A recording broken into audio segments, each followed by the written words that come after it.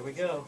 And the timing couldn't have been worse. It was unbelievable. Yeah. Early morning update for Wednesday. Paul Lindman and Scott Lynn. The Portland mayor's race has a third major candidate. You heard it on the news this morning. Democratic State Representative Jefferson Smith jumping in and joins us live in the morning update studio. Jeff, our listeners know you because you do political commentary with us, and they probably know you too as the founder of the Bus Project. Why mayor of Portland in our commission form of government where a mayor doesn't really have that much power in saying what the city does?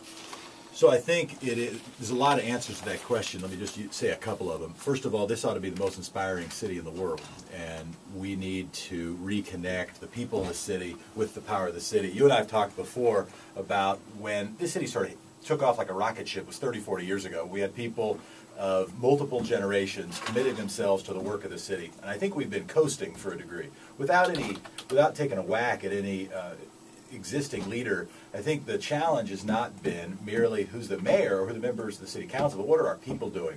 Every 4 years we have another smart liberal who runs against some other smart liberal, and we think, oh, this smart liberal is going to be a little bit better than the last one. But I think actually what gets our city really juiced and going is when the candidates and our office holders are really just tips of the spear, and the people of Portland who are running it. We have a weak mayor system in word, but indeed we can have a strong mayor system if people get engaged around stuff. And that's probably the greatest strength of the mayor's office. I think there's chances we can really do stuff on jobs, public safety, reconnecting people to power, and I don't know if there could be a possible better way to serve. You join former Commissioner Charlie Hales and Eileen Brady, co-founder of News Seasons. Who's the front runner by familiarity, do you believe, in that group so far? Democracy. Uh-huh.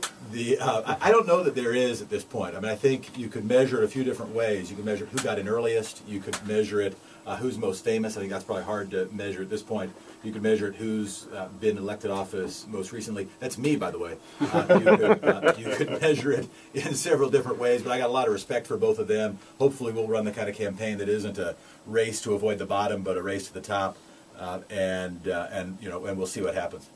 Your competition has between $150,000 and $200,000 in campaign contributions already. You're starting out with a bit of a deficit. How important is it to be able to raise cash to compete? Yeah, we got to raise money for sure, and anybody over the radio airwaves who is interested in resolving that challenge, I'm of course interested in their help. But I would say in the city of Portland, philosophically, to me, an election shouldn't be an auction, and we end up covering it because it's a number. It's easy to cover.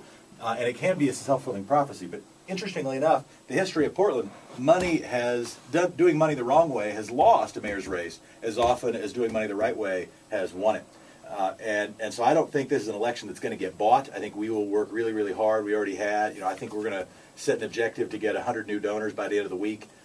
We already got in the first 20 hours, I think, half that number without me being in a position to be able to ask for any. So once we haven't talked about the fact that I ripped my eyeballs out yesterday, but I'm happy to cover it if you'd like. But now that I can get back into the gig here, I think we should be able to compete in terms of voter contact, build the kind of campaign we want, and hopefully be unparalleled in the degree to which we connect with voters and get people engaged in the campaign. Jefferson Smith, he had a contact problem that led to a cornea scratch, and those are painful. So if you see him on TV soon, it'll be with patch, I think. Our time is all but up. What do you got for the business community who always complains City Hall doesn't care about them?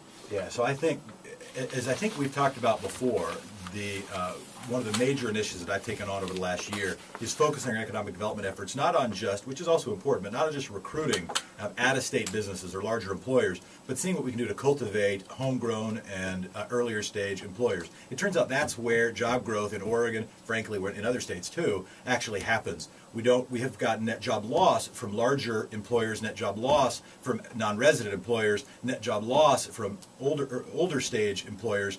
Where our job growth has come from is homegrown, earlier stage, smaller businesses, and not just economic hunting, but economic gardening. And by giving access to market research tools, to technical assistance, there are little ways that the existing economic development landscape can better sort of kickstart our entrepreneurship economy. There's more I could say about that. I think it's linked to the seed fund. I think it's linked to what we can do with incubator space, not just having it be real estate, but actually sort of innovation ecosystems by including CEO mentorship, et cetera. There's things that we can do. Ultimately, the city of Portland can't fix the global economy. And anybody who says they can is a liar. But there are things we can do to kickstart this economy and compete in the knowledge economy over time. Jefferson Smith, now candidate for mayor. Jeff, thanks for talking to us about it. Good luck with your eye problem. I know you still think you have great vision to be mayor. Thanks, guys. Appreciate it. Kate Jesus, I'm 814.